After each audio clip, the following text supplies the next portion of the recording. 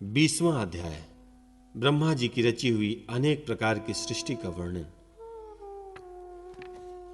शौनक जी कहते हैं, सूत जी, पृथ्वी रूप आधार पाकर स्वयंभुव मनु ने आगे होने वाली संतति को उत्पन्न करने के लिए किन किन उपायों का अवलंबन किया। विदुर जी बड़े ही भगवत भक्त और भगवान श्री कृष्ण के अनन्य सुहृदय थे। इसलिए उन्होंने अपने बड़े भाई धृतराष्ट्र को उनके पुत्र दुर्योधन के सहित भगवान श्री कृष्ण का अनादर करने के कारण अपराधी समझकर त्याग दिया। वे महर्षि द्वैपायन के पुत्र थे और महिमा में उनसे किसी प्रकार कम नहीं थे, तथा सब प्रकार भगवान श्री कृष्ण के आश्रित और कृष्ण भक्तों के अनुगामी थे। तीर्थ सेवन से उनका अंतःकरण और भी शुद्ध हो गया था। उन्होंने कुशावर्त क्षेत्र हरिद्वार में बैठे हुए तत्वज्ञानियों में श्रेष्ठ मैत्रेय जी के पास जाकर और क्या पूछा? सूत जी, उन दोनों में वार्तालाप होने पर श्री हरि के चरणों से संबंध रखने वाली बड़ी पवित्र कथाएं हुई होंगी, जो उन्हीं चरणों से निकलते हुए गंगाजल के समान संपूर्ण पापों का नाश करने वाली होंगी। सूत जी, आपका मंगल हो। आप हमें भगवान की ये पवित्र कथाएं सुनाइए। प्रभु के उदार चरित्र तो कीर्तन करने योग्य होते हैं। भला ऐसा कौन रसिक होगा जो श्री हरि के लीलामृत का पान करते करते तृप्त हो जाए? नैमिषारण्यवासी मुनियों के इस प्रकार पूछने पर उग्र श्रवा सूत जी ने भगवान में चित्त लगाकर उनसे कहा, सुनिए। सूत जी ने कहा, मुनिगण, अपनी माया से वराह रूप धारण करने वाले श्री हरि की रसातल से पृथ्वी को निकालने और खेल में ही तिरस्कार पूर्वक हिरण्याक्ष को मार डालने की लीला सुनकर विदुर जी को बड़ा आनंद हुआ और उन्होंने मुनिवर मैत्रेय जी से कहा। विदुर जी ने कहा, ब्राह्मण, आप परोक्ष विषय को भी जानने वाले हैं, अतः यह बतलाइए कि प्रजापतियों के पति श्री ब्रह्मा जी ने मरीच आदि प्रजापतियों को उत्पन्न करके फिर सृष्टि को बढ़ाने के लिए क्या किया? मरीच आदि मुनीश्वरों और स्वयंभू मनु ने ब्रह्मा जी की आज्ञा से किस प्रकार प्रजा की वृद्धि की? क्या उन्होंने इस जगत को पत्नियों के सहयोग से उत्पन्न किया या अपने अपने कार्य में स्वतंत्र रहकर, अथवा सबने एक साथ मिलकर इस जगत की रचना की? श्री मैत्रेय जी ने कहा, विदुर जी, जिसकी गति को जानना अत्यंत कठिन है, उस जीव के प्रारंभ, प्रकृति के नियंता पुरुष और काल, इन तीन हेतुओं से तथा भगवान की सन्निधि से त्रिगुणमय प्रकृति के लोभ होने पर उससे महत्व उत्पन्न हुआ। दैव की प्रेरणा से रज प्रधान महतत्व के वैकारिक, राजस और तामस तीन प्रकार का अहंकार उत्पन्न हुआ। उसने आकाशादि पांच पांच तत्वों के अनेक वर्ग प्रकट किए। वे सब अलग अलग रहकर भूतों के कार्य रूप ब्रह्मांड की रचना नहीं कर सकते थे। इसलिए उन्होंने भगवान की शक्ति से परस्पर संगठित होकर एक सुवर्ण वर्ण अंड की रचना की। वह अंड चेतना शून्य अवस्था में 1000 वर्षों से भी अधिक समय तक कारणावधि के जल में पड़ा रहा। फिर उसमें श्री भगवान ने प्रवेश किया। उसमें अधिष्ठित होने पर उनकी नाभि से सहस्त्र सूर्यों के समान अत्यंत देदीप्यमान एक कमल प्रकट हुआ, जो संपूर्ण जीव समुदाय का आश्रय था। उसी से स्वयं ब्रह्मा जी का भी आविर्भाव हुआ है। जब ब्रह्मांड के गर्भ रूप जल में शयन करने वाले श्री नारायण देव ने ब्रह्मा जी के अंतःकरण में प्रवेश किया, तब वे पूर्व कल्पों में अपने ही द्वारा निश्चित की हुई नाम रूपमयी व्यवस्था के अनुसार लोकों की रचना करने लगे। सबसे पहले उन्होंने अपनी छाया से तामिस्त्र, अंधर तामिस्त्र, तम, मोह और महामोह यूं 5 प्रकार की अविधा उत्पन्न की। ब्रह्मा जी को अपना वह तमोमय शरीर अच्छा नहीं लगा, अतः उन्होंने उसे त्याग दिया।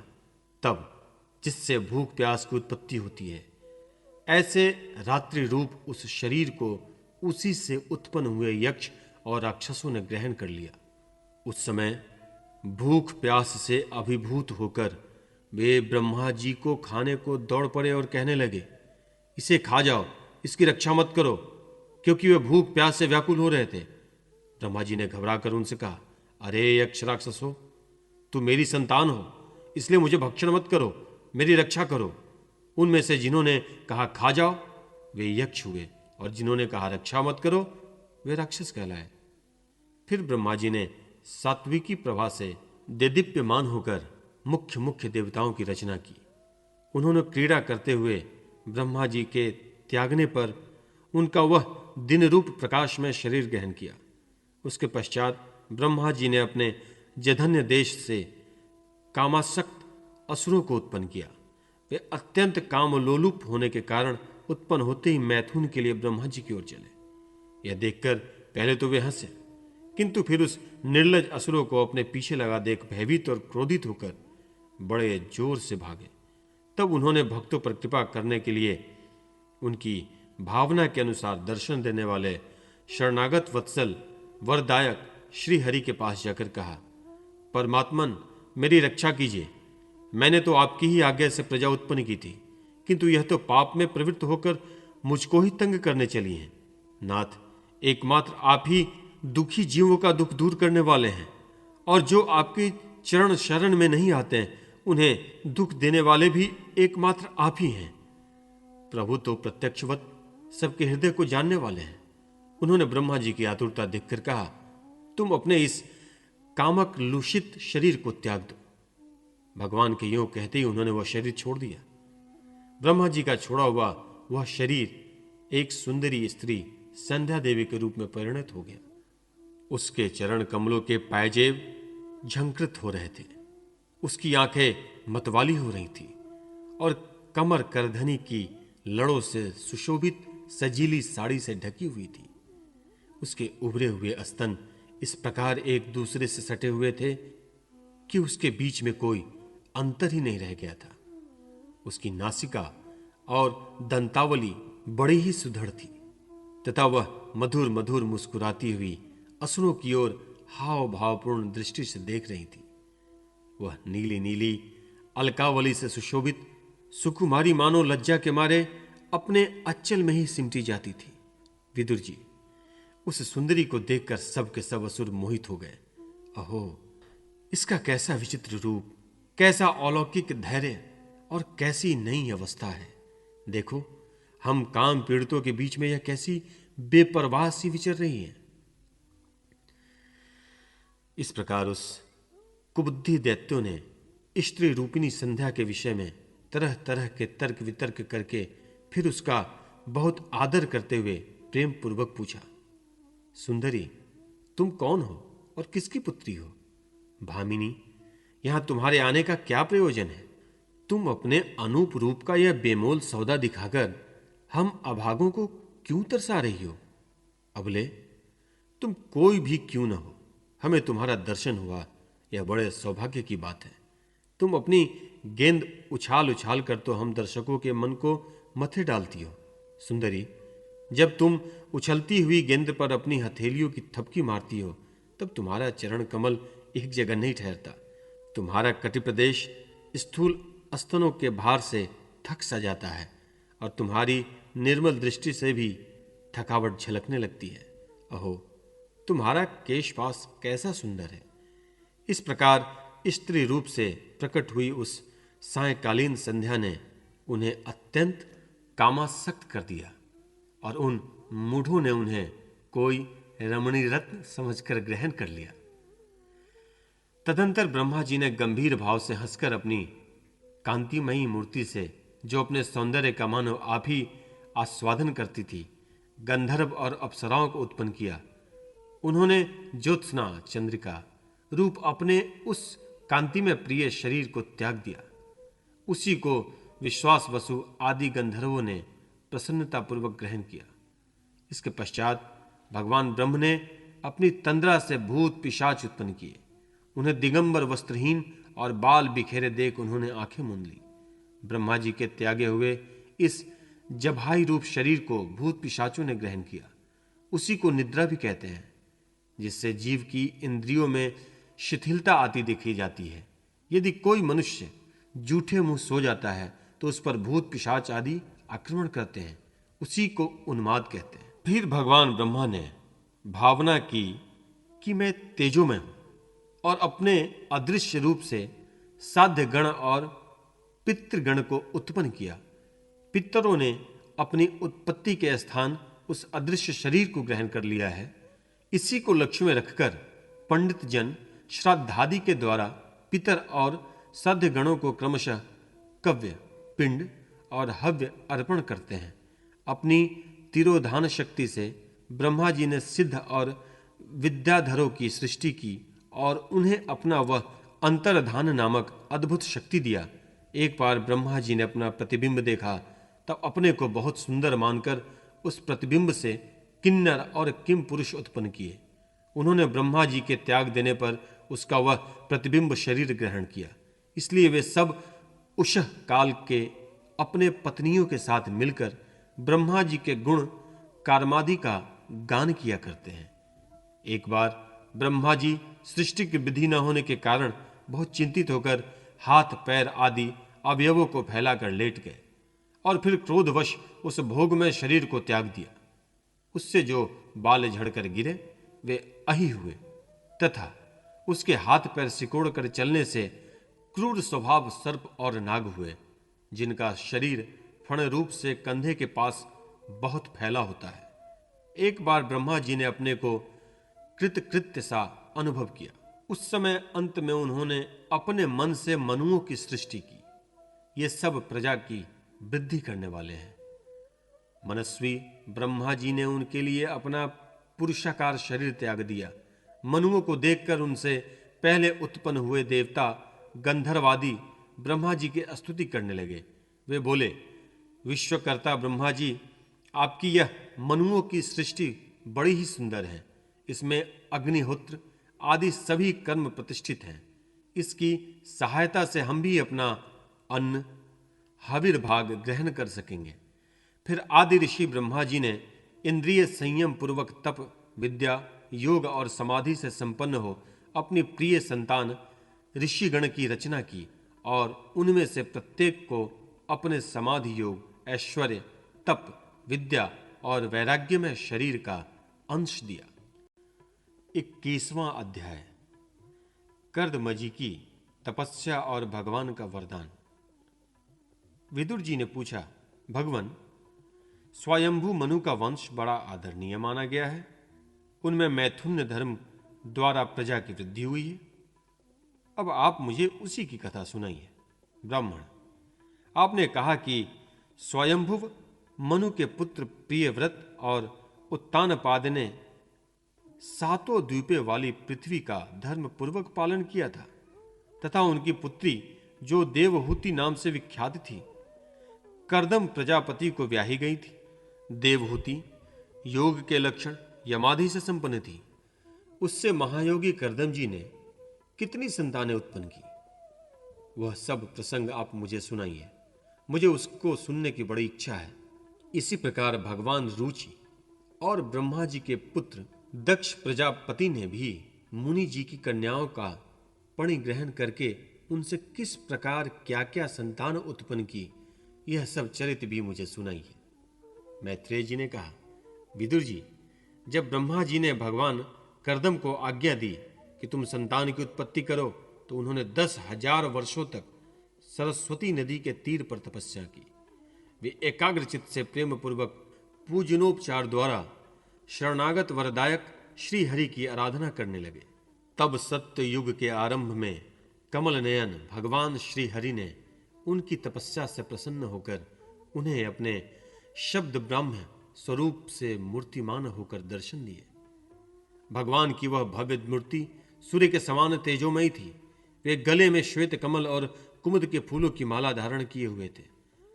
मुख कमल नीली और चिकनी अलकावली से सुशोभित था। वे निर्मल वस्त्र धारण किए हुए थे। सिर पर झिलमिलाता हुआ सुवर्णमय मुकुट, कानों में जगमगाते हुए कुंडल और कर कमलों में शंख, चक्र, गदा आदि आयुध विराजमान थे।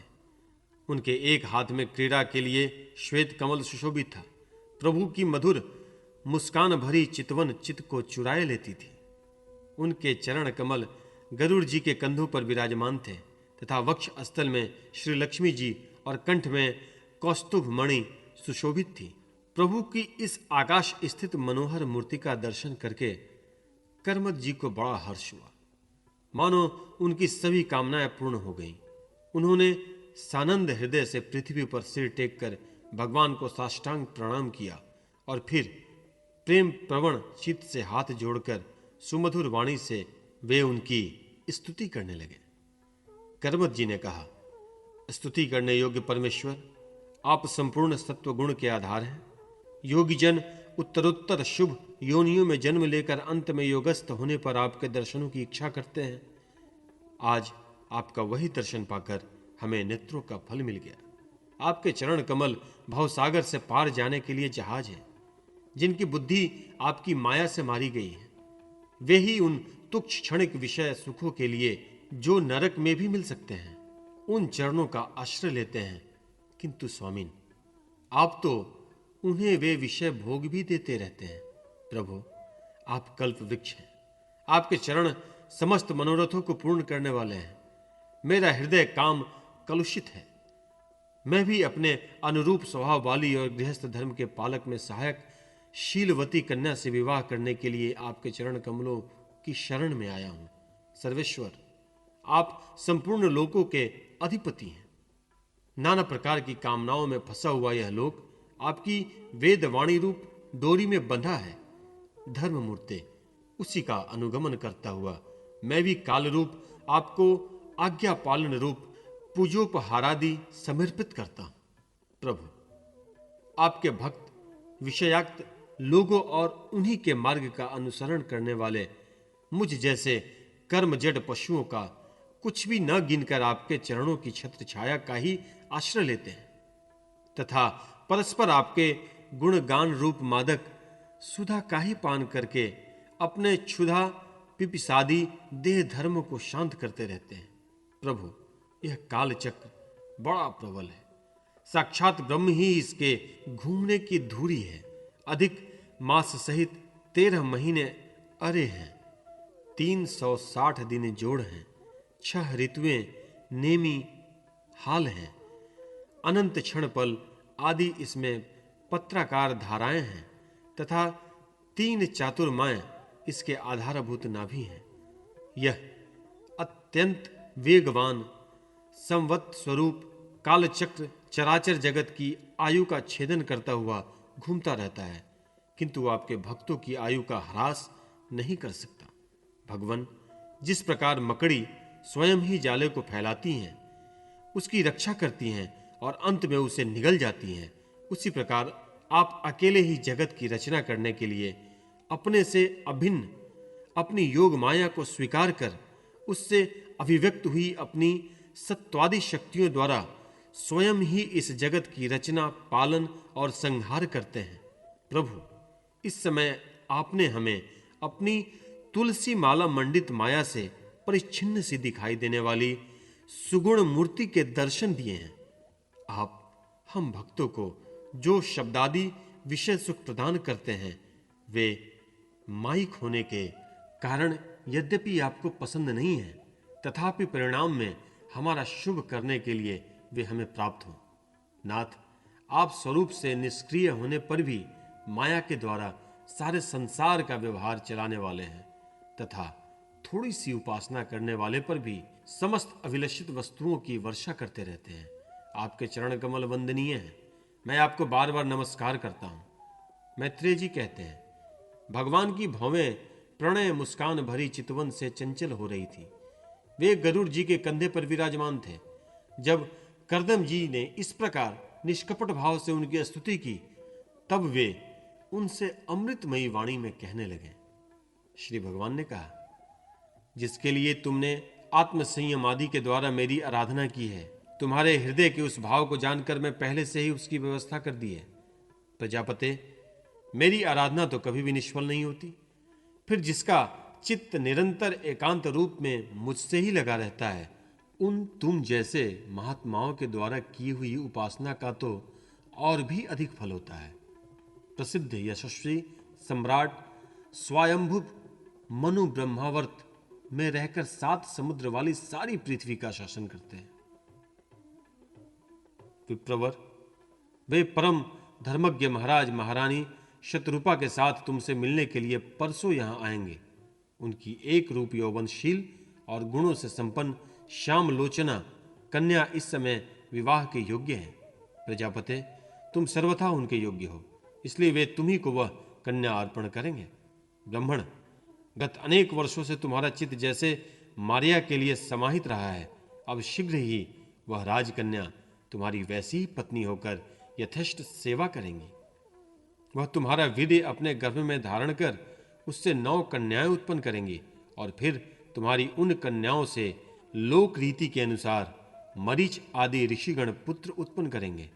तुम भी मेरी आज्ञा का अच्छी तरह पालन करने से शुद्ध चित्त हो, फिर अपने सब कर्मों का फल मुझे अर्पण कर मुझको ही प्राप्त होगे।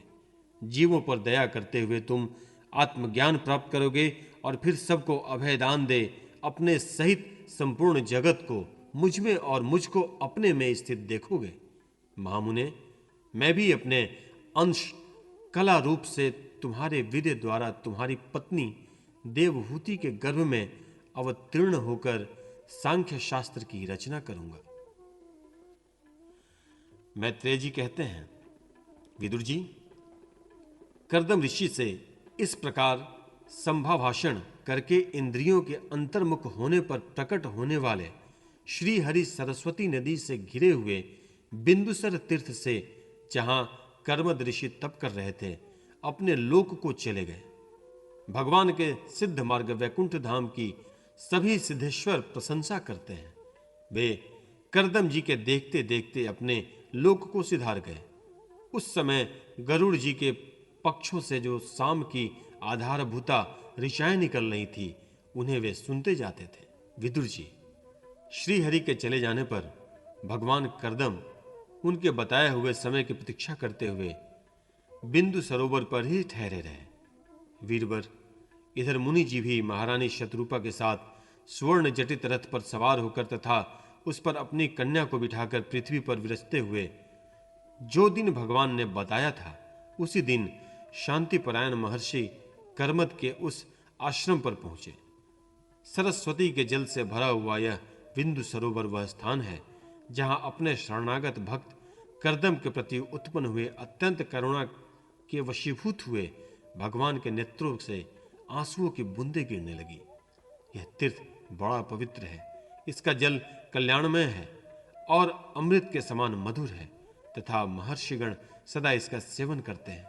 उस समय बिंदु सरोवर पवित्र वृक्ष लताओं से घिरा हुआ था, जिसमें तरह तरह की बोली बोलने वाले पवित्र मृग और पक्षी रहते थे। वह स्थान सभी ऋतुओं के फल और फूलों से संपन्न था और सुंदर वन श्रेणी भी उसकी शोभा बढ़ाती थी। वहां झुंड के झुंड मतवाले पक्षी चहक रहे थे, मतवाले भौरे मंडरा रहे थे। उनमें मयूर अपने पिछ फैला फैला कर नट की भांति नृत्य कर रहे थे और मतवाले कोकिल कुहू कुहू करके मानो एक दूसरे को बुला रहे थे। वह आश्रम कदम्ब, चंपक, अशोक, करंज, वकुल, असन, कुंद, मंदार, कुटज और नए नए आम के वृक्षों से अलंकृत था। वहां जलकाग, बत्तख आदि जल पर तैरने वाले पक्षी, हंस, कुरर, जलमुर्ग, सारस, चकवा और चकोर मधुर स्वर से कलरव कर रहे थे। हरिण, सुअर, स्याही, नीलगाय, हाथी, लंगूर, सिंह, वानर, नेवले और कस्तूरी मृग आदि पशुओं से भी वह आश्रम घिरा हुआ था। आदिराज महाराज मनु ने उस उत्तम तीर्थ में कन्या के सहित पहुंचकर देखा कि मुनिवर कर्दम अग्निहोत्र से निवृत्त हो बैठे हुए थे। बहुत दिनों तक उग्र तपस्या करने के कारण वे शरीर से बड़े तेजस्वी दिख पड़ते थे तथा भगवान के स्नेहपूर्ण चितवन के दर्शन और उनके उच्चारण किए हुए कर्णामृत रूप सुमधुर वचनों को सुनने से इतने दिनों तक तपस्या करने पर भी वे विशेष दुर्बल नहीं जान पड़ते थे। उनका शरीर लंबा था, नृत्य कमल दल के समान विशाल और मनोहर थे। सिर पर जटाएं सुशोभित थीं और कमर में चीर वस्त्र थे। वे निकट से देखने पर बिना सान पर चढ़ी हुई महामूल्य मणि के समान मलिन जान पड़ते थे। महाराज स्वयंभू मनु को अपनी कुटी में आकर प्रणाम करते देख उन्होंने उन्हें आशीर्वाद से प्रसन्न किया और यथोचित आतिथ्य की रीति से उनका स्वागत सत्कार किया। जब मनु जी उनकी पूजा ग्रहण कर स्वस्थ चित्त से आसन पर बैठ गए, तब मुनिवर कर्दम ने भगवान की आज्ञा का स्मरण कर उन्हें मधुर वाणी से प्रसन्न करते हुए कहा, देव, आप भगवान विष्णु की पालन शक्ति रूप हैं, इसलिए आपका घूमना फिरना निस्संदेह सज्जनों की रक्षा और दुष्टों के संहार के लिए ही होता है। आप साक्षात विशुद्ध विष्णु रूप हैं तथा भिन्न भिन्न कार्यों के लिए सूर्य, चंद्र, अग्नि, इंद्र, वायु, यम, धर्म और वरुण आदि रूप धारण करते हैं। आपको नमस्कार है। आप मणियों से जड़े हुए जलदायक रथ पर सवार हो अपने प्रचंड धनुष की टंकार करते हुए उस रथ की घरघराहट से ही पापियों को भयभीत कर देते हैं और अपनी सेना के चरणों से रौंदे हुए भूमंडल को कांपते अपनी उस विशाल सेना को साथ लेकर पृथ्वी पर सूर्य के समान विचरते हैं। यदि आप ऐसा न करें तो चोर डाकू भगवान की बनाई हुई वर्णाश्रम धर्म की मर्यादा को तत्काल नष्ट कर दें तथा विषय लोलुप निरंकुश मानव द्वारा सर्वत्र अधर्म फैल जाए। यदि आप संसार की ओर से निश्चिंत हो जाएं तो यह लोक दुराचारियों के पंजों में पड़कर नष्ट हो जाए। तो भी वीरवर, मैं आपसे पूछता हूं कि इस समय यहां आपका आगमन किस प्रयोजन से हुआ है? मेरे लिए जो आज्ञा होगी उसे मैं निष्कपट भाव से सहर्ष स्वीकार करूंगा। 22वां अध्याय। देवहूति के साथ कर्दम प्रजापति का विवाह। मैत्रेय जी कहते हैं, विदुर जी, इस प्रकार जब कर्दम जी ने मुनि के संपूर्ण गुणों और कर्मों की श्रेष्ठता का वर्णन किया तो उन्होंने उस निवृत्ति परायण मुनि से कुछ सकुचाकर कहा। मुनि जी ने कहा, मुने, वेद मूर्ति भगवान ब्रह्मा ने अपने वेद में विग्रह की रक्षा के लिए तप, विद्या और योग से संपन्न तथा विषयों में अनासक्त आप ब्राह्मणों के अपने मुख से प्रकट किया है और फिर उस सहस्त्र चरणों वाले विराट पुरुष ने आप लोगों की रक्षा के लिए ही अपनी सहस्त्रों भुजाओं से हम क्षत्रियों को उत्पन्न किया है। इस प्रकार ब्राह्मण उनके हृदय और क्षत्रिय शरीर कहलाते हैं। अतः एक ही शरीर से संबंध होने के कारण अपनी अपनी और एक दूसरे की रक्षा करने वाले उन ब्राह्मण और क्षत्रियों की वास्तव में श्री हरि ही रक्षा करते हैं, जो समस्त कार्य कारक रूप होकर भी वास्तव में निर्विकार है। आपके दर्शन मात्र से ही मेरे सारे संदेह दूर हो गए, क्योंकि आपने मेरी प्रशंसा के मिससे स्वयं ही प्रजापालक की इच्छा वाले राजा के धर्मों का बड़े प्रेम से निरूपण किया है। आपका दर्शन अजितेंद्रिय पुरुषों को बहुत दुर्लभ है। मेरा बड़ा भाग्य है जो अब मुझे आपका दर्शन हुआ और मैं आपके चरणों की मंगलमयी रज अपने सिर पर चढ़ा सका। मेरे भाग्योदय से ही आपने मुझे राजधर्मों की शिक्षा देकर मुझ पर महान अनुग्रह किया है और मैं भी शुभ प्रारंभ उदय होने से आपकी पवित्र वाणी कान खोलकर सुनी है। मुने, इस कन्या के स्नेहवश मेरा चित्त बहुत चिंताग्रस्त हो रहा है, अतः मुझ दीन की यह प्रार्थना आप कृपा पूर्वक सुने। यह मेरी कन्या, जो प्रिय व्रत और उत्तानपाद की बहन है, अवस्था, शील और गुण आदि में अपने योग्य पति को पाने की इच्छा रखती हैं। जब से इसने नारद जी के मुख से आपके शील, विद्या, रूप और आयु और गुणों का वर्णन सुना है, तभी से यह आपको अपना पति बनाने का निश्चय कर चुकी है। द्विजवर, मैं बड़ी श्रद्धा से आपको यह कन्या समर्पित करता हूं। आप इसे स्वीकार कीजिए। यह गृह स्थोचित कार्यों के लिए सब प्रकार आपके योग्य है। जो भोग स्वतः प्राप्त हो जाए उसकी अवहेलना करना विरक्त पुरुषों को भी उचित नहीं है। फिर विषयासक्त की तो बात ही क्या है। जो पुरुष स्वयं प्राप्त हुए भोग का निरादर कर फिर किसी कृपण के आगे हाथ पसारता है, उसका बहुत फैला हुआ यश भी नष्ट हो जाता है और दूसरों के तिरस्कार में मानभंग भी होता है। विद्वान, मैंने सुना है आप विवाह करने के लिए उद्धत हैं। आपका ब्रह्मचर्य एक सीमा तक है। आप नैष्ठिक ब्रह्मचारी तो नहीं, इसलिए अब आप इस कन्या को स्वीकार कीजिए। मैं इसे आपको अर्पित करता हूं। श्री कर्दम मुनि ने कहा, ठीक है, मैं विवाह करना चाहता हूं और आपकी कन्या का अभी किसी के साथ वाग्यदान नहीं हुआ है, इसलिए हम दोनों का सर्वश्रेष्ठ ब्राध्य विधि से विवाह होना उचित ही होगा। राजन, वेदोक्त विवाह विधि में प्रसिद्ध जो गृहणामिते इत्यादि मंत्रों में बताया हुआ काम संतानोत्पाद रूप मनोरथ है, वह आपकी इस कन्या के साथ हमारा संबंध होने से सफल होगा। भला जो अपनी अंग कांति से आभूषण आदि की शोभा को भी तिरस्कृत कर रही है, आपकी उस कन्या का कौन आदर न करेगा।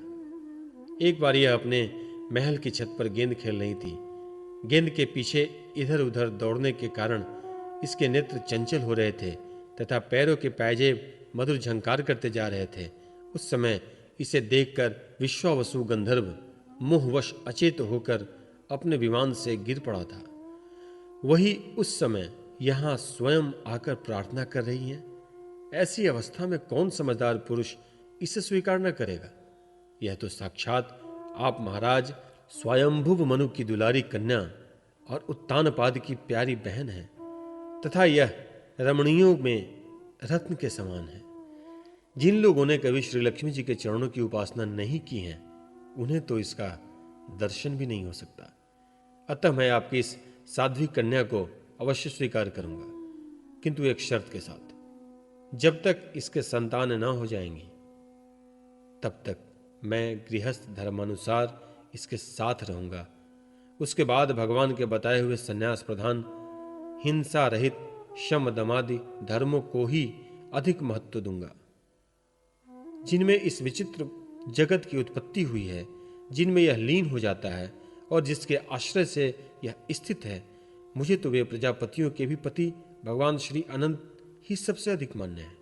मैत्रेय जी कहते हैं, प्रचंड धनुर्धर विदुर कर्दम जी केवल इतना ही कह सके, फिर वे हृदय में भगवान कमल नाभन का ध्यान करते हुए मौन हो गए। उस समय उनके मंद हास्य युक्त मुख कमल को देखकर देवहूति का चित्त लुभा गया। मनु जी ने देखा कि इस संबंध में महारानी शत्रुपा और राजकुमारी की स्पष्ट अनुमति है, अतः उन्होंने अनेक गुणों से संपन्न कर्दम जी को उन्हीं के समान गुणवती कन्या का प्रसन्नता पूर्वक दान कर दिया। महारानी शत्रुपा ने भी बेटी और दामाद को बड़े प्रेम पूर्वक बहुत से बहुमूल्य वस्त्र, आभूषण और गृहस्थोचित पात्रादि दहेज में दिए। इस प्रकार सुयोग्य वर को अपनी कन्या देकर महाराज मनु निश्चिंत हो गए। चलती बार उनका वियोग न सह सकने के कारण उन्होंने उत्कंठावश विह्वलचित होकर उसे अपनी छाती से चिपटा लिया और बेटी बेटी कहकर रोने लगे। उनकी आंखों से आंसुओं की झड़ी लग गई और उनसे उन्होंने देवहूति के सिर के बाल भिगो दिए।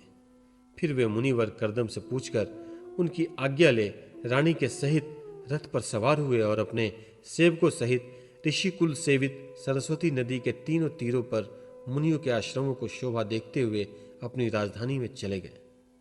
जब ब्रह्मवर्त की प्रजा को यह समाचार मिला कि उनके स्वामी आ रहे हैं, तब वह अत्यंत आनंदित होकर स्तुति गीत एवं गाजे बाजे के साथ आगवानी करने के लिए ब्रह्मवर्त की राजधानी से बाहर आई। सब प्रकार की संपदाओं से युक्त वर्हिष्मती नगरी मनु जी की राजधानी थी, जहां पृथ्वी को रसातल ले जाने के पश्चात शरीर कपाते समय श्री वराह भगवान के रोम झड़कर गिरे थे। वे रोम ही निरंतर हरे भरे रहने वाले कुश और कास हुए, जिनके द्वारा मुनियों ने यज्ञ में विघ्न डालने वाले दैत्यों का तिरस्कार कर भगवान यज्ञ पुरुष की यज्ञ द्वारा आराधना की है। महाराज मनु ने भी श्री वराह भगवान से भूमि रूप निवास स्थान प्राप्त होने पर इसी स्थान में कुश और कास की वरिष्ठ चटाई बिछाकर श्री यज्ञ भगवान की पूजा की थी। जिस वरिष्ठमती पुरी में मनु जी निवास करते थे, उसमें पहुंचकर उन्होंने अपने त्रिताप नाशक भवन में प्रवेश किया। वहां अपनी भार्या और संतति के सहित वे धर्म, अर्थ और मोक्ष के अनुकूल भोगों को भोगने लगे। प्रातः काल होने पर गंधर्वगण अपनी स्त्रियों के सहित उनका गुणगान करते थे, किंतु मनु जी उसमें आसक्त न होकर प्रेम पूर्ण हृदय से श्री हरि की कथाएं ही सुना करते थे। वे इच्छानुसार भोगों का निर्माण करने में कुशल थे, किंतु मननशील और भगवत परायण होने के कारण भोग उन्हें किंचित भी विचलित नहीं कर पाते थे।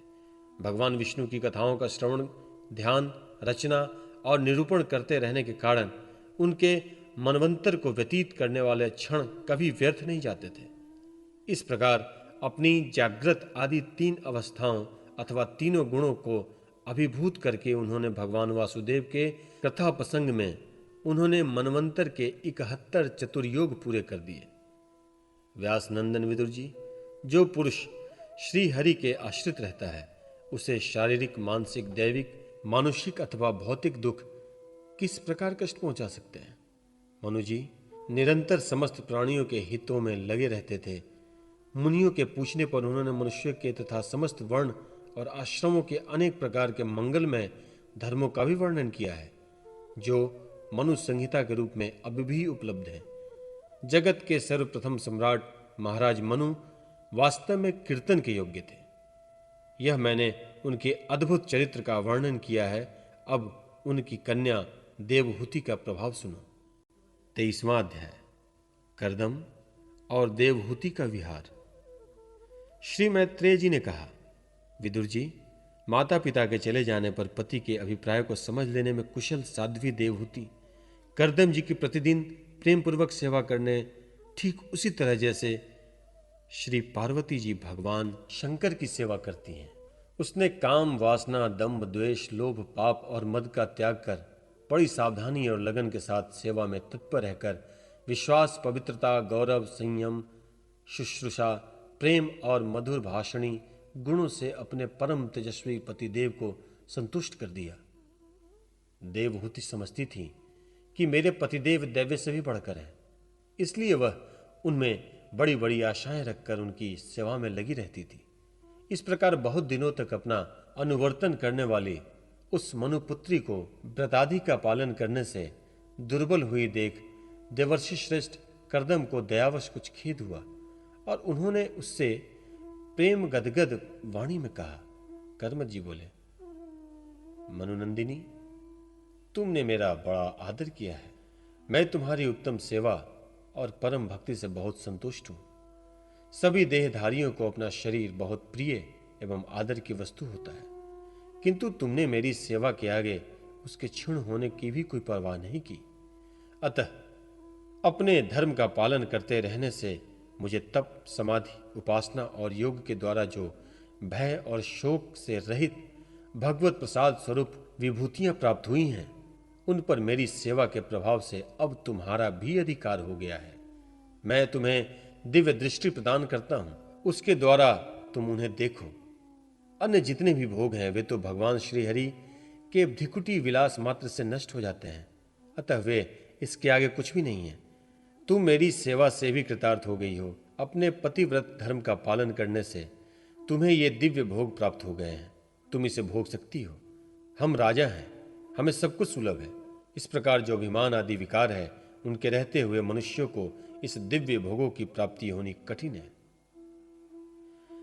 कर्मठ जी के इस प्रकार कहने से अपने पतिदेव को संपूर्ण योग, माया और विद्याओं में कुशल जानकर उस अबला की सारी चिंता जाती रही। उसका मुख किंचित संकोच भरी चितवन और मधुर मुस्कान से खिल उठा और वह विनय एवं प्रेम से गदगद वाणी में इस प्रकार कहने लगी। देवहूति ने कहा, द्विजश्रेष्ठ स्वामिन, मैं यह जानती हूं कि कभी निष्फल न होने वाली योग शक्ति और त्रिगुणात्मिका माया पर अधिकार रखने वाले आपके ये सब ऐश्वर्य प्राप्त हैं, किंतु प्रभु, आपके विवाह के समय जो प्रतिज्ञा की थी कि गर्भाधान होने तक मैं तुम्हारे साथ गृहस्थ सुख का उपयोग करूंगा, उसकी अब पूर्ति होनी चाहिए, क्योंकि श्रेष्ठ पति के द्वारा संतान प्राप्त होना पतिव्रता स्त्री के लिए महान लाभ है। हम दोनों के समागम के लिए शास्त्र के अनुसार जो कर्तव्य हो उसका आप उपदेश दीजिए और उबटन, गंध, भोजन आदि उपयोगी सामग्रियां भी जुटा दीजिए, जिससे मिलन की इच्छा से अत्यंत दीन दुर्लभ हुआ मेरा यह शरीर आपके अंग संग के योग्य हो जाए, क्योंकि आपकी ही बढ़ाई हुई काम वेदना से मैं पीड़ित हो रही हूं। स्वामी, इस कार्य के लिए एक उपयुक्त भवन तैयार हो जाए, इसका भी विचार कीजिए। मैत्री जी कहते हैं, विदुर जी, कर्दम मुनि ने अपनी प्रिया की इच्छा पूर्ण करने के लिए उसी समय योग्य में स्थित होकर एक विमान रचा, जो इच्छानुसार सर्वत्र जा सकता था। यह विमान सब प्रकार से इच्छित भोग सुख प्रदान करने वाला, अत्यंत सुंदर, सब प्रकार के रत्नों से युक्त, सब संपत्तियों के उत्तरोत्तर वृद्धि से संपन्न तथा मणिमय खंभों से सुशोभित था। वह सभी ऋतुओं में सुखदायक था और उसमें जहां तहां सब प्रकार की दिव्य सामग्रियां रखी हुई थी तथा उसे चित विचित्र रेशमी झंडियों और पताकाओं से खूब सजाया गया था, जिस पर भ्रमरगण मधुर गुंजार कर रहे थे। ऐसे रंग बिरंगे पुष्पों की मालाओं से तथा अनेक प्रकार के सूती और रेशमी वस्त्रों से वह अत्यंत शोभायमान हो रहा था। एक के ऊपर एक बनाए हुए कमरों में अलग अलग रखी हुई शैया, पलंग, पंखे और आसनों के कारण वहां बड़ा सुंदर जान पड़ता था। जहां तहां दीवारों में की हुई शिल्पकारी अपनी अपूर्व शोभा हो रही थी। उसमें पन्ने का फर्श था और बैठने के लिए मुंदे वाली बेदियां बनाई गई थी। मुंदे की ही देहलियां थी। उसके द्वारों के हीरे के किवाड़ थे तथा इंद्रणीय मणि के शिखरों पर सोने के कलश रखे हुए थे। उसकी हीरे की दीवारों में बढ़िया लाल जड़े हुए थे, जो ऐसे जान पड़ते थे मानो विमान की ही आंखें हो, तथा उसे रंग बिरंगे चंदोवे और बहुमूल्य सुनहरी बंधन वारों से सजाया गया था। उस विमान में जहां तहां कृत्रिम हंस और कबूतर आदि पक्षी बनाए गए थे, जो बिल्कुल सजीव से मालूम पड़ते थे। उन्हें अपना सजातीय समझकर बहुत से हंस और कबूतर उसके पास बैठ कर अपनी बोली बोलते थे। उसमें सुविधानुसार क्रीड़ा स्थली, शयनगृह, बैठक, आंगन और चौक आदि बनाए गए थे, जिसके कारण वह विमान स्वयं करमत जी को भी विस्मित सा कर रहा था। ऐसे सुंदर घर को जब देवहूति ने बहुत प्रसन्न चित्त से नहीं देखा, तो सबके आंतरिक भाव को परख लेने वाले करमत जी ने स्वयं कहा, भीरू, तुम इस बिंदु सरोवर में स्नान करके विमान पर चढ़ जाओ। यह विष्णु भगवान का रचा हुआ तीर्थ मनुष्यों को सभी कामनाओं की प्राप्ति कराने वाला है। कमल लोचन देवहूति ने अपने पति की बात मानकर सरस्वती के पवित्र जल से भरे हुए उस सरोवर में प्रवेश कर लिया। उस समय वह बड़ी मैली कुचैली साड़ी पहने हुई थी। उसके सिर के बाल चिपक जाने से उसमें लटें पड़ गई थी। शरीर में मैल जम गया तथा स्तन कांतिहीन हो गए थे। सरोवर में गोता लगाने पर उसने उसके भीतर एक महल में 1000 कन्याएं देखी। वे सभी किशोर अवस्था की थी और उसके शरीरों से कमल की सी गंध आ रही थी। देवहूति को देखते ही वे सब स्त्रियां सहसा खड़ी हो गई और हाथ जोड़कर कहने लगी, हम आपकी दासियां हैं, हमें आज्ञा दीजिए, आपकी क्या सेवा करें। विदुर जी, तब स्वामिनी को सम्मान देने वाली उस रमणियों ने बहुमूल्य मसालों तथा गंध आदि से मिश्रित जल के द्वारा मनस्विनी देवहूति को स्नान कराया तथा उसे 2 नवीन और निर्मल वस्त्र पहनने को दिए। फिर उन्होंने ये बहुत मूल्य के बड़े सुंदर और कांतिमान आभूषण, सर्वगुण संपन्न भोजन और पीने के लिए अमृत के समान स्वादिष्ट आसव प्रस्तुत किए। अब देवहूति ने दर्पण में अपना प्रतिबिंब देखा तो उसे मालूम हुआ कि वह भांति भांति के सुगंधित फूलों के हारों से विभूषित है, स्वच्छ वस्त्र धारण किए हुए है। उसका शरीर भी निर्मल और कांतिमान हो गया है तथा उन कन्याओं ने बड़े आदर पूर्वक उनका मांगलिक श्रृंगार किया है। उसे सिर से स्नान कराया गया है। स्नान के पश्चात अंग अंग में सब प्रकार के आभूषण सजाए गए हैं तथा उसके गले में हार हुमेल, हाथों में कंगन और पैरों में छमछमाते हुए सोने के पायजेब सुशोभित हैं। कमर में पड़ी हुई सोने की रत्न जटित करधनी से बहुमूल्य मणियों के हार से और अंग अंग में लगे हुए कुमकुम आदि मंगल द्रव्यों से उसकी अपूर्व शोभा हो रही है। उसका मुख सुंदर दंतावली, मनोहर भौवे, कमल की कली से स्पर्धा करने वाले प्रेम कटाक्ष में सुंदर नेत्र और नीली अलकावली से बड़ा ही सुंदर जान पड़ता है। विदुर जी, जब देवहूति ने अपने प्रिय पतिदेव का स्मरण किया तो अपने को सहेलियों के सहित वहीं पाया जहां प्रजापति करदम जी विराजमान थे। उस समय अपने को सहस्त्रों स्त्रियों के सहित अपने प्राणनाथ के सामने देख और उसे उनके योग का प्रभाव समझकर देवहूति को बड़ा विस्मय हुआ। शत्रु विजयी विदुर, जब करमत जी ने देखा कि देवहूति का शरीर स्नान करने से अत्यंत निर्मल हो गया और विवाह काल से पूर्व उसका जैसा रूप था उसी रूप को पाकर वह अपूर्व शोभा से संपन्न हो गई है। उसका सुंदर वक्ष स्थल चोली से ढका हुआ है। हजारों विद्याधरियों उसकी सेवा में लगी हुई हैं तथा उसके शरीर पर बढ़िया बढ़िया वस्त्र शोभा पा रहे हैं। तब उन्होंने बड़े प्रेम से उसे विमान पर चढ़ाया। उस समय अपनी प्रिया के प्रति अनुरक्त होने पर करमत जी की महिमा, मन और इंद्रियों पर प्रभुता कम नहीं हुई। विद्याधरियां उनके शरीर की सेवा कर रही थीं। खिले हुए कुमुद के फूलों से श्रृंगार करने से अत्यंत सुंदर बने हुए विमान पर इस प्रकार शोभा पा रहे थे मानो आकाश में तारागण से गिरे हुए चंद्रदेव विराजमान हो। उस विमान पर निवास कर उन्होंने दीर्घ काल तक कुबेर जी के समान मेरु पर्वत की घाटियों में विहार किया। ये घाटियां 8 लोकपालों की विहार भूमि है। इनमें कामदेव को बढ़ाने वाली शीतल मंद सुगंध वायु चलकर इनकी कमनीय शोभा का विस्तार करती हैं तथा श्री गंगा जी के स्वर्गलोक से गिरने से मंगलमय ध्वनि निरंतर गूंजती रहती है। उस समय भी दिव्य विद्याधरियों का समुदाय उनकी सेवा में उपस्थित था और सिद्धगण वंदना किए जा रहे थे। इसी प्रकार प्राण प्रिय देवहूति के साथ उन्होंने वैश्रम्भक, सुरसद, नंदन, पुष्पभ्रद और चैत्र रथ आदि अनेक देवदानों और मानव सरोवर के अनुराग पूर्वक विहार किया। उस कांतिमान और इच्छानुसार चलने वाले श्रेष्ठ विमान पर बैठकर वायु के समान सभी लोकों में विरसते हुए कर्मज जी विमान बिहारी देवताओं से भी आगे बढ़ गए। विदुर जी, जिन्होंने भगवान के भवभयहारी पवित्र पाप पद्दों का आश्रय लिया है, उस धीर पुरुष के लिए कौन सी वस्तु या शक्ति दुर्लभ है। इस प्रकार महायोगी कर्मज जी का सारा भूमंडल, जो द्वीप वर्ष आदि की विचित्र रचना के कारण बड़ा आश्चर्य में प्रतीत होता है, अपनी प्रिया को देखकर अपने आश्रम को लौट आए। फिर उन्होंने अपने को 9 रूपों में विभक्त कर रति सुख के लिए अत्यंत उत्सुक मनु कुमारी देवहूति को आनंदित करते हुए उसके साथ बहुत वर्षों तक विहार किया, किंतु उनका इतना लंबा समय एक मुहूर्त के समान बीत गया। उस विमान में रति सुख को बढ़ाने वाली बड़ी सुंदर शैया का आश्रय ले अपने परम रूपवान प्रियतम के साथ रहती हुई देवहूति को इतना काल कुछ भी न जान पड़ा। इस प्रकार उस कामसक्त दंपत्ति को अपने योग बल से सैकड़ों वर्षों तक विहार करते हुए भी वह काल बहुत थोड़े समय के लिए ही समान जान पड़ा। आत्मज्ञानी कर्मज जी सब प्रकार के संकल्पों को जानते थे, अतः देवहूति को संतान प्राप्ति के लिए उत्सुक देख वह भगवान के आदेश को स्मरण कर उन्होंने अपने स्वरूप के 9 विभाग किए और कन्याओं की उत्पत्ति के लिए एकाग्रचित्त से अर्धांग रूप में अपनी पत्नी का भावना करते हुए उसके गर्भ में वीर्य स्थापित किया। इससे देवहूति के एक ही साथ 9 कन्याएं पैदा हुईं। वे सभी सर्वांग सुंदरी थीं। उनके शरीर से लाल कमल की सी सुगंध निकलती थी।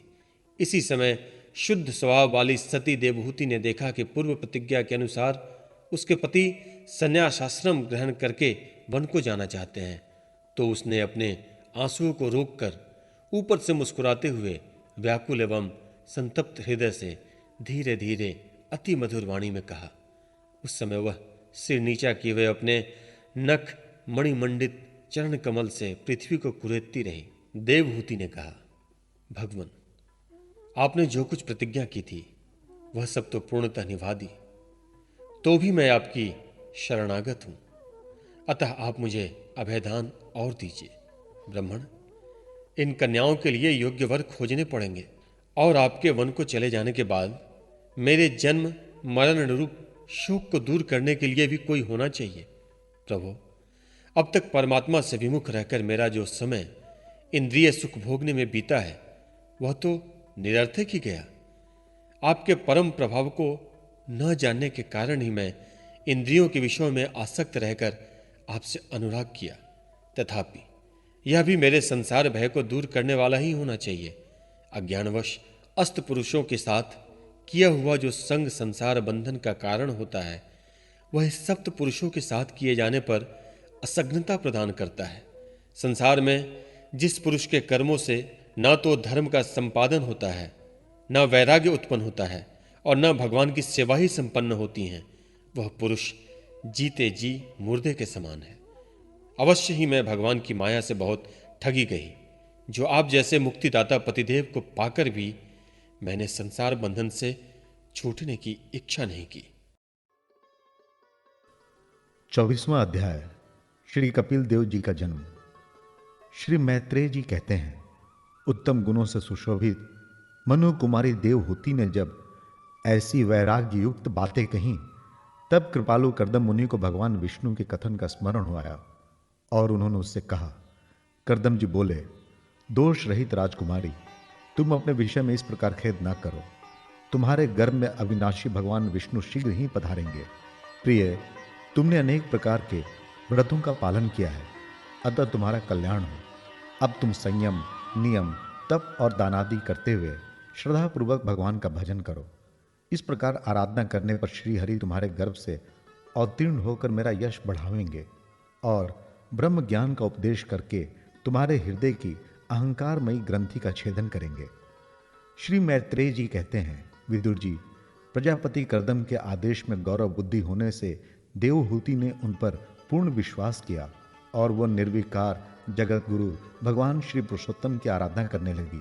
इस प्रकार बहुत समय बीत जाने पर भगवान मधुसूदन कर्दम जी के वीर्य का आश्रय ले उसके गर्भ से इस प्रकार प्रकट हुए जैसे काष्ठ में से अग्नि।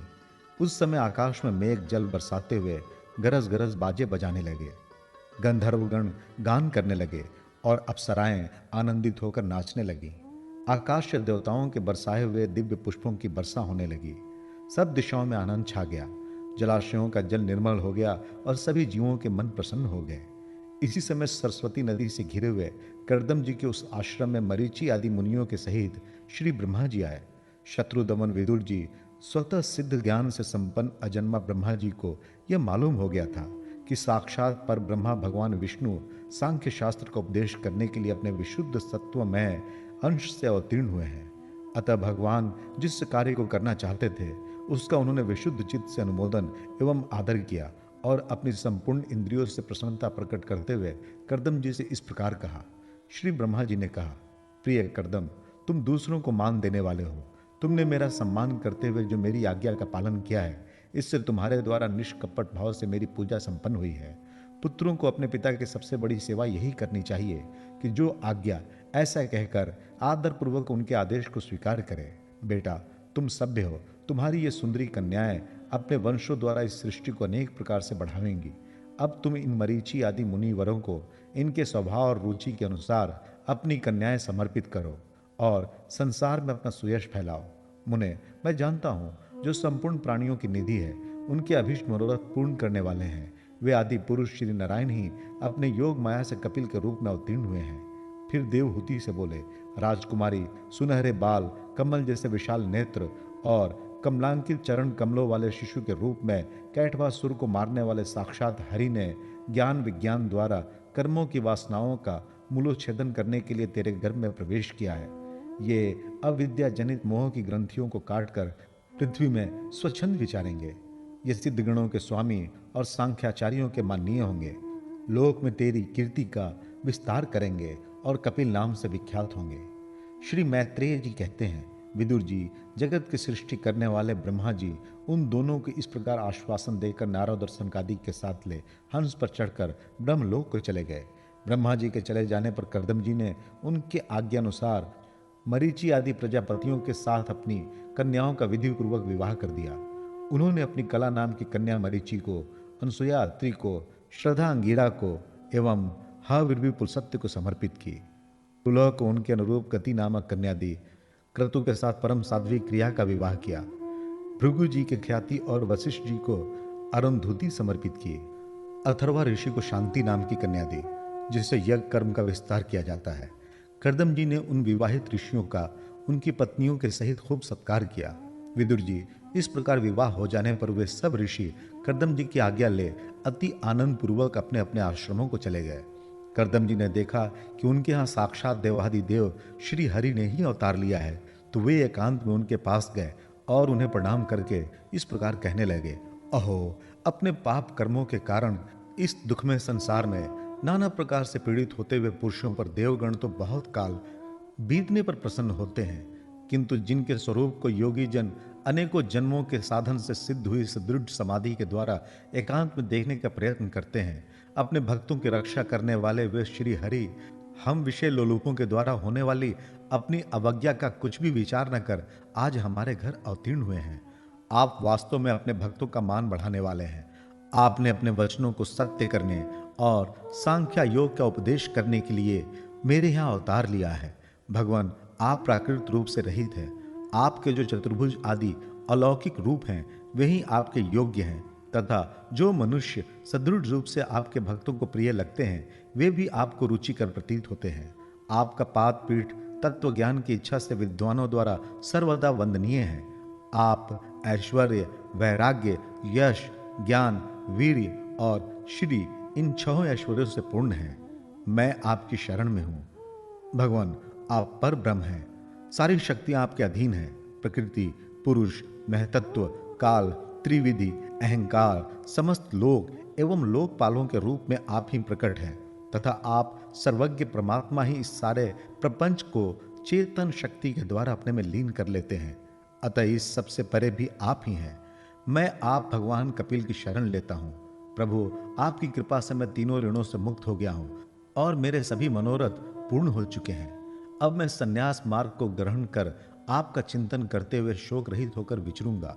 आप समस्त प्रजाओं के स्वामी हैं, अतएव इसके लिए मैं आपकी आज्ञा चाहता हूं।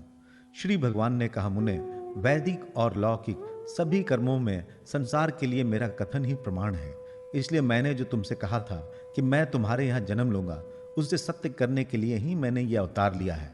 इस श्लोक में मेरा यह जन्म लिंग शरीर से मुक्त होने की इच्छा वाले मुनियों के लिए आत्मदर्शन में उपयोगी प्रकृति आदि तत्वों का विवेचन करने के लिए ही हुआ है। आत्मज्ञान का यह सूक्ष्म मार्ग बहुत समय से लुप्त हो गया है। इसे फिर से परिवर्तित करने के लिए मैंने यह शरीर ग्रहण किया है। ऐसा जानो मुने, मैं आज्ञा देता हूं, तुम इच्छा अनुसार जाओ और अपने संपूर्ण कर्म मुझे अर्पण करते हुए दुर्जय मृत्यु को जीतकर मोक्ष पद प्राप्त करने के लिए मेरा भजन करो। मैं स्वयं प्रकाश और संपूर्ण जीवों के अंतःकरणों में होने वाला परमात्मा ही हूं। अतः जब तुम विशुद्ध बुद्धि के द्वारा अपने अंतःकरण में मेरा साक्षात्कार कर लोगे, तब सब प्रकार के शोकों से छूटकर निर्भय पद मोक्ष प्राप्त कर लोगे। माता देवहूति को भी मैं संपूर्ण कर्मों से छुड़ाने वाला आत्मज्ञान प्रदान करूंगा, जिससे ये संसार रूप भय से पार हो जाएंगी। श्री मैत्रेय जी कहते हैं, भगवान कपिल के इस प्रकार कहने पर प्रजापति कर्दम जी उनकी परिक्रमा कर प्रसन्नतापूर्वक वन को चले गए। वहां अहिंसा में संन्यास धर्म का पालन करते हुए वे एकमात्र श्री भगवान की शरण हो गए तथा अग्नि और आश्रम का त्याग करके निसंग भाव से पृथ्वी पर विचरने लगे। जो कार्य कारण से अतीत है, सत्वादि गुणों का प्रकाशक एवं निर्गुण है और अनंत भक्ति से ही प्रत्यक्ष होता है, उस पर ब्रह्म में उन्होंने अपना मन लगा दिया। वे अहंकार, ममता और सुख दुखादि द्वंद्वों से छूटकर समदर्शी, भेद दृष्टि से रहित हो सब में अपने आप को ही देखने लगे। उनकी बुद्धि अंतर्मुख एवं शांत हो गई। उस समय धीर कर्दम जी शांत लहरों वाले समुद्र के समान जान पड़ने लगे। परम भक्ति भाव के द्वारा सर्वांतरयामी सर्वज्ञ श्री वासुदेव में चित्त स्थिर हो जाने से वे सारे बंधनों से मुक्त हो गए। संपूर्ण भूतों में वे अपने आत्मा श्री भगवान को और संपूर्ण भूतों को आत्मस्वरूप श्री हरि में देखने लगे। इस प्रकार इच्छा और द्वेष से रहित सर्वत्र साम बुद्धि और भगवत भक्ति से संपन्न होकर श्री कर्दम जी ने भगवान का परम पद प्राप्त कर लिया। 25वां अध्याय देवहूति का प्रश्न तथा भगवान कपिल द्वारा भक्ति योग की महिमा का वर्णन। शौनक जी ने पूछा, सूत जी, तत्वों की संख्या करने वाले भगवान कपिल साक्षात अजन्मा नारायण होकर भी लोगों को आत्मज्ञान का उपदेश करने के लिए अपनी माया से उत्पन्न हुए थे। मैंने भगवान के बहुत से चरित्र सुने हैं, तथापि इन योगी प्रवर पुरुष श्रेष्ठ कपिल जी की कीर्ति को सुनते सुनते मेरी इंद्रियां तृप्त नहीं होती।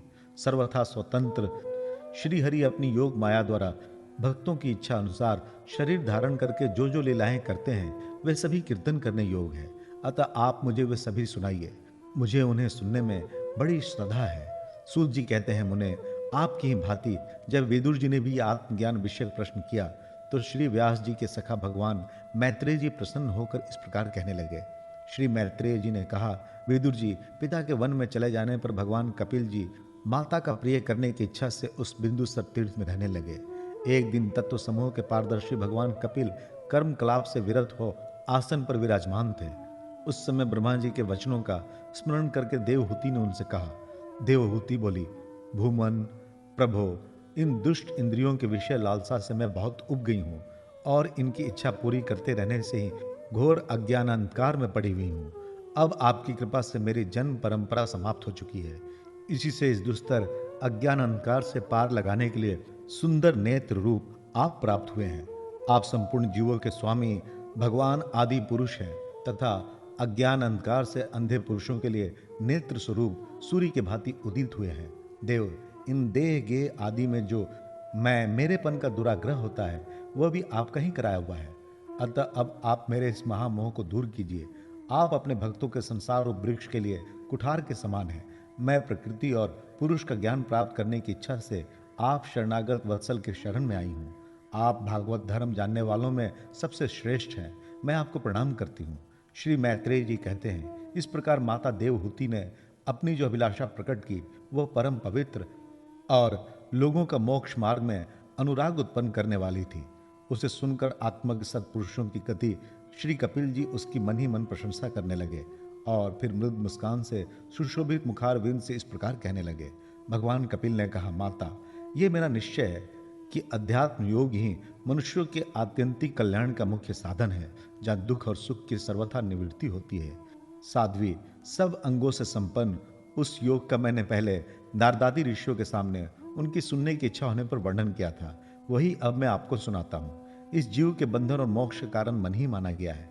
विषयों में आसक्त होने पर वह बंधन का हेतु होता है और परमात्मा में अनुरक्त होने पर वही मोक्ष का कारण बन जाता है।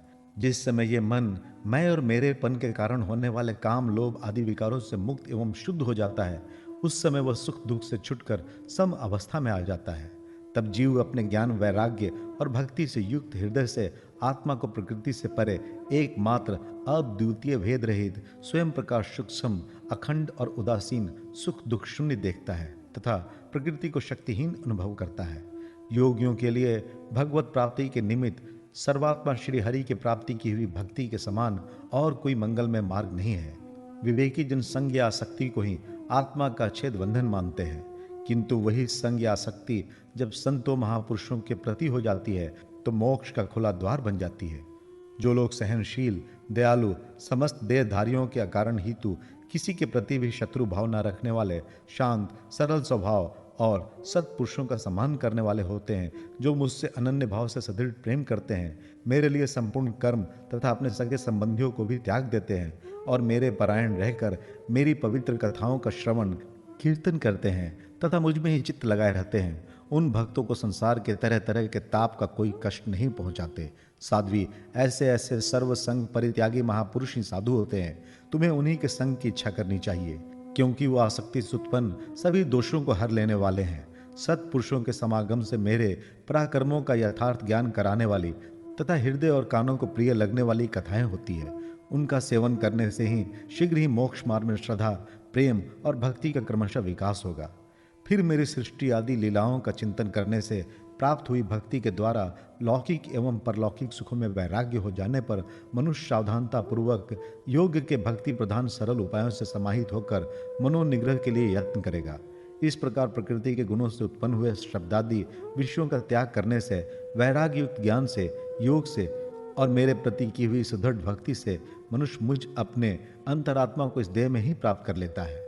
देवहूति ने कहा, भगवान, आपकी समुचित भक्ति का स्वरूप क्या है और मेरी जैसी अबलाओं के लिए कैसी भक्ति ठीक है, जिससे कि मैं सहज में ही आपके निर्वाण पद को प्राप्त कर सकूं। निर्वाण स्वरूप प्रभो, जिसके द्वारा तत्व ज्ञान होता है और जो लक्ष्य को भेदने वाले बाण के समान भगवान की प्राप्ति कराने वाला है, वह आपका कहा हुआ योग कैसा है और उसके कितने अंग हैं? हरे, ये सब आप मुझे इस प्रकार समझाइए जिससे कि आपकी कृपा से मैं मंदमती स्त्री जाति भी इस दुर्बोध विषय को सुगमता से समझ सकूं। श्री मैत्रेय जी कहते हैं, विदुर जी, जिसके शरीर से उन्होंने स्वयं जन्म लिया था, उस अपनी माता का ऐसा अभिप्राय जानकर कपिल जी के हृदय में स्नेह उमड़ आया और उन्होंने प्रकृति आदि तत्वों का निरूपण करने वाले शास्त्र का, जिसे सांख्य कहते हैं, उपदेश किया। साथ ही भक्ति विस्तार एवं योग का भी वर्णन किया। श्री भगवान ने कहा, माता, जिसका चित्त एकमात्र भगवान में ही लग गया है, ऐसे मनुष्य की वेद विहित कर्मों में लगी हुई तथा विषयों का ज्ञान कराने वाले कर्मेंद्रिय एवं ज्ञानेंद्रिय दोनों प्रकार की इंद्रियों की जो सत्व मूर्ति श्री हरि के प्रति स्वाभाविक प्रवृत्ति है, वही भगवान की अहेतु की भक्ति है। यह मुक्ति से भी बढ़कर है, क्योंकि जठरानल जिस प्रकार खाए हुए अन्न को पचाता है, उसी प्रकार यह भी कर्म संस्कारों के भंडार रूप लिंग शरीर को तत्काल भस्म कर देती है। मेरी चरण सेवा में प्रीति रखने वाले और मेरे ही प्रसन्नता के लिए समस्त कार्य करने वाले कितने ही बड़भागी भक्त, जो एक दूसरे से मिलकर प्रेम पूर्वक मेरे ही पराक्रमों की चर्चा किया करते हैं, मेरे साथ एक ही भाव सायुज्य मोक्ष की भी इच्छा नहीं करते। माँ, वे साधुजन अरुण नयन एवं मनोहर मुखारविंद से युक्त मेरे परम सुंदर और वरदायक दिव्य रूपों की झांकी करते हैं और उनके साथ सब प्रेम संभाषण भी करते हैं, जिसके लिए बड़े बड़े तपस्वी भी लालायित रहते हैं। दर्शनीय अंग प्रत्यंग, उदार हास विलास, मनोहर चितवन और सुमधुर वाणी से युक्त मेरे उन रूपों की माधुरी में उनका मन और इंद्रियां फंस जाती है। ऐसी मेरी भक्ति ना चाहने पर भी उन्हें परम पद की प्राप्ति करा देती है। अविद्या की निर्वृत्ति हो जाने पर यद्यपि वो मुझ मायापति के सत्यादि लोगों की भोग संपत्ति भक्ति की प्रवृत्ति के पश्चात स्वयं प्राप्त होने वाली अष्ट सिद्धि अथवा बैकुंठ लोक के भवदीय ऐश्वर्य की भी इच्छा नहीं करते, तथापि मेरे धाम में पहुंचने पर उन्हें यह सब विभूतियां स्वयं ही प्राप्त हो जाती हैं, जिनका एकमात्र मैं ही प्रिय आत्मा, पुत्र, मित्र, गुरु, सहृद और इष्ट देव हूँ। वे मेरे ही आश्रय में रहने वाले भक्तजन शांति में बैकुंठ धाम में पहुंचकर किसी प्रकार भी इन दिव्य भोगों से रहित नहीं होते और ना उन्हें मेरा काल चक्र ही ग्रस सकता है। माता जी, जो लोग, यह लोग, परलोक और इन दोनों लोकों में साथ जाने वाले वासना में लिंग देह को तथा शरीर से संबंध रखने वाले जो धन, पशु एवं ग्रह आदि पदार्थ हैं, उन सब को और अन्यान्य संग्रहों को छोड़कर अनन्य भक्ति से सब प्रकार मेरा ही भजन करते हैं, उन्हें मैं मृत्यु रूप संसार सागर से पार कर देता हूँ। मैं साक्षात भगवान हूँ, प्रकृति और पुरुष का भी प्रभु हूँ तथा समस्त प्राणियों का आत्मा हूँ। मेरे सिवा और किसी का आश्रय लेने से मृत्यु रूप महाभय से छुटकारा नहीं मिल सकता। मेरे भय से यह वायु चलती है, मेरे भय से सूर्य तपता है, मेरे भय से इंद्र वर्षा करता है और अग्नि जलाती है तथा मेरे ही भय से मृत्यु अपने कार्य में प्रवृत्त होता है। योगी जन ज्ञान वैराग्य युक्त भक्ति योग के द्वारा शांति प्राप्त करने के लिए मेरे निर्भय चरण कमलों का आश्रय लेते हैं। संसार में मनुष्य के लिए सबसे बड़ी कल्याण प्राप्ति यही है कि उसका चित्त तीव्र भक्ति योग के द्वारा मुझ में लगकर स्थिर हो जाए।